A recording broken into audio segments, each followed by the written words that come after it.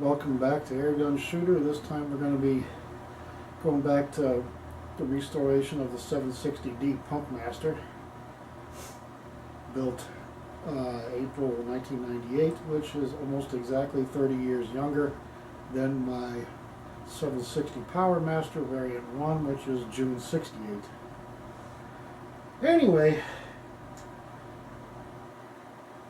I've got the small parts, like the rear sight, the rear buttstock bolt, and that square threaded thing that goes inside the action that threads into to hold it all together.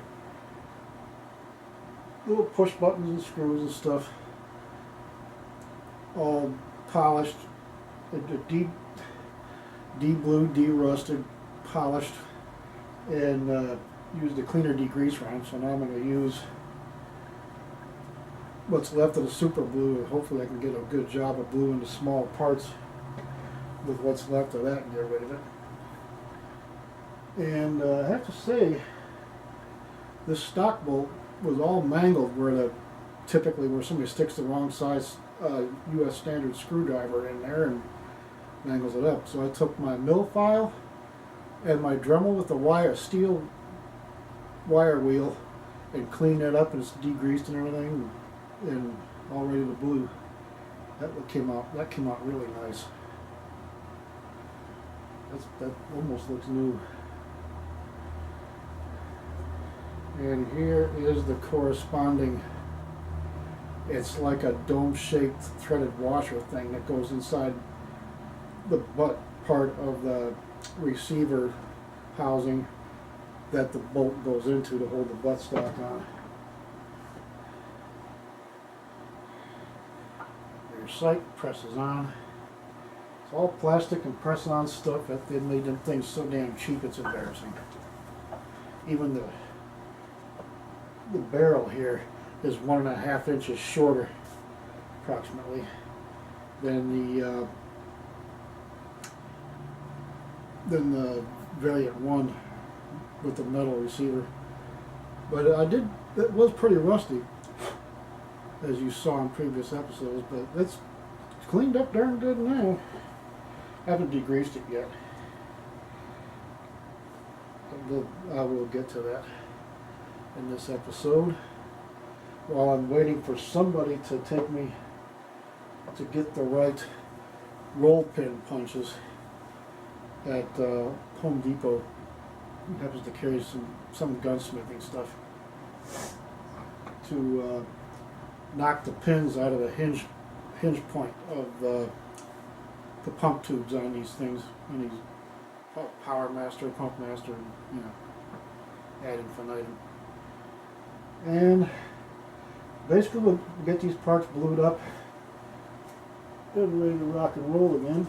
Now, I've also got, you see the front sight here, which presses on the end of the barrel, and the trigger parts here. That doesn't include the springs. I need to clean them up yet.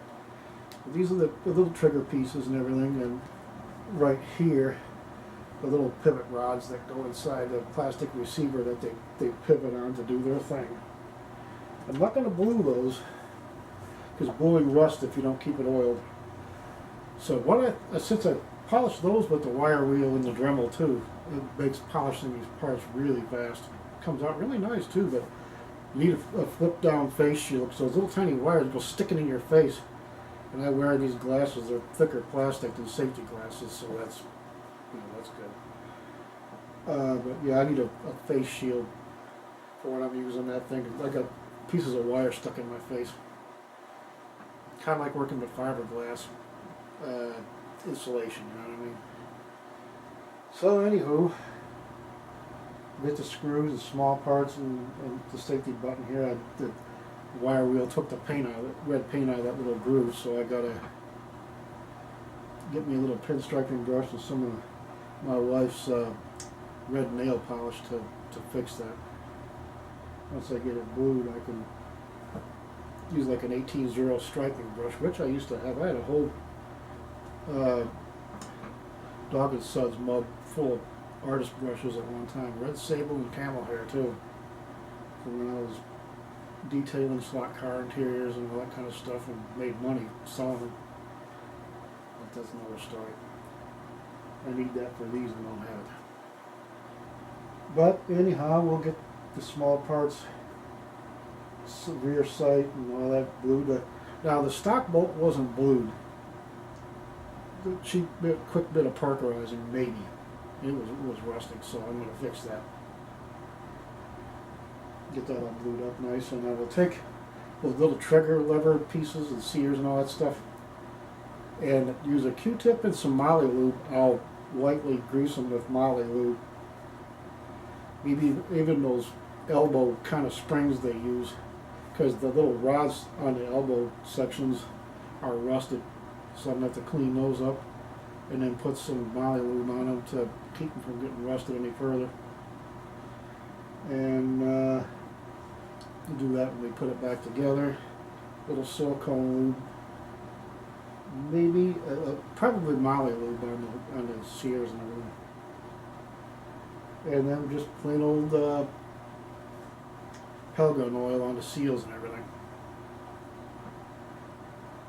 But we will use that super glue I got left to glue these parts up, and we'll see how that works out.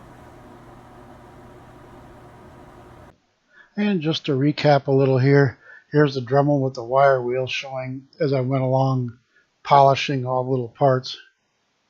I'll have to repaint the little red line on that push button safety thing, and the sears and all that stuff. You can see I'm going left to right polishing. I think I'm gonna toss my little Dremel wrench in there so you could get relative size from that.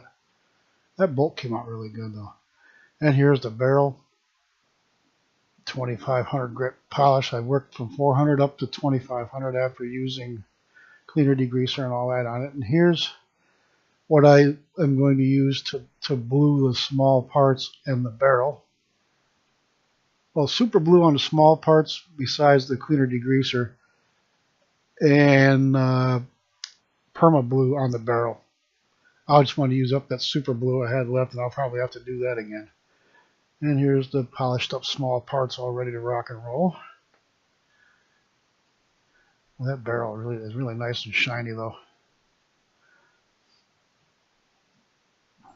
And again, what I'll be using as tools of the trade. At least we forget the gloves. Now these aren't chemical resistant gloves. They've worked out okay so far for the Birchwood Casey, bluing chemicals.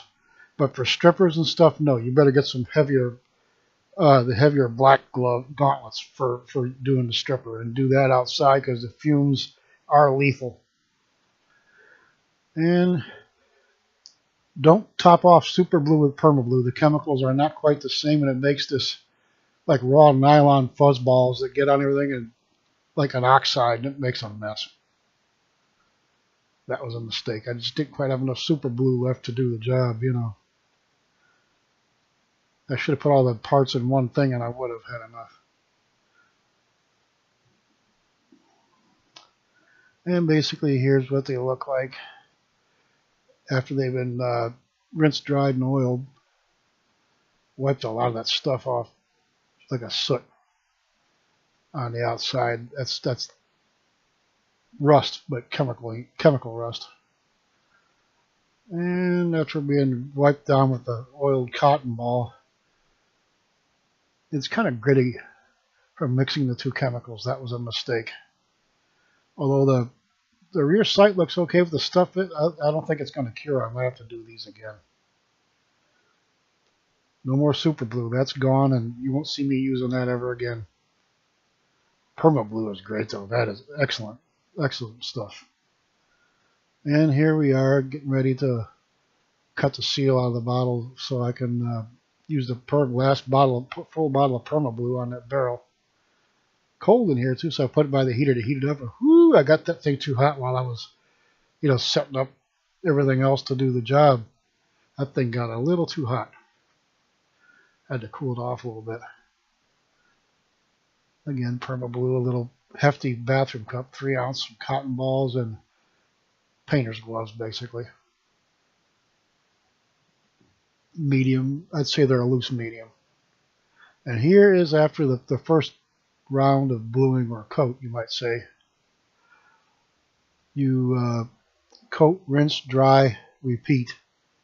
And it has to sit a minute between rounds. Here's round 2. After I just got done rubbing it on, it's supposed to sit a minute, but a minute 20 to a minute 30 is actually better. And of course, you rinse and dry between coats, and then you not dry so long. And here's this is coat 3, I believe. It's starting to look pretty decent at that point, but you can see it's still thick here, thin there. It evens itself out eventually. And that is coat 5. You can see it's even my coat 6 here, that it's still kind of messed up.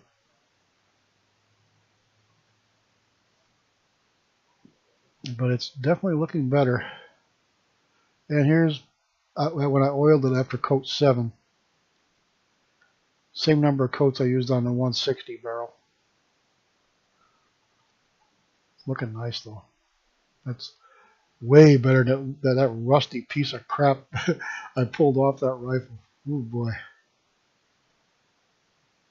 And here's after the oil sat on it for a while and the sun came out. I thought I'd try to get some better shots to kind of give you a good look at it, at the small parts on the barrel, that is.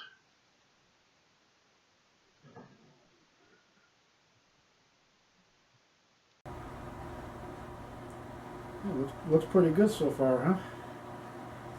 Once I get all these parts blued and oiled and a couple days to cure and everything, I could finish with taking the pump tubes apart once I get the tools and putting pistons and seals and all that stuff. And we can start putting these back together and clean up the plastic parts. And I got an idea to deaden that clapping sound while you're pumping it. We'll get to that as we go to reassemble everything. So, good Lord willing, the creeks don't rise. We'll see you again.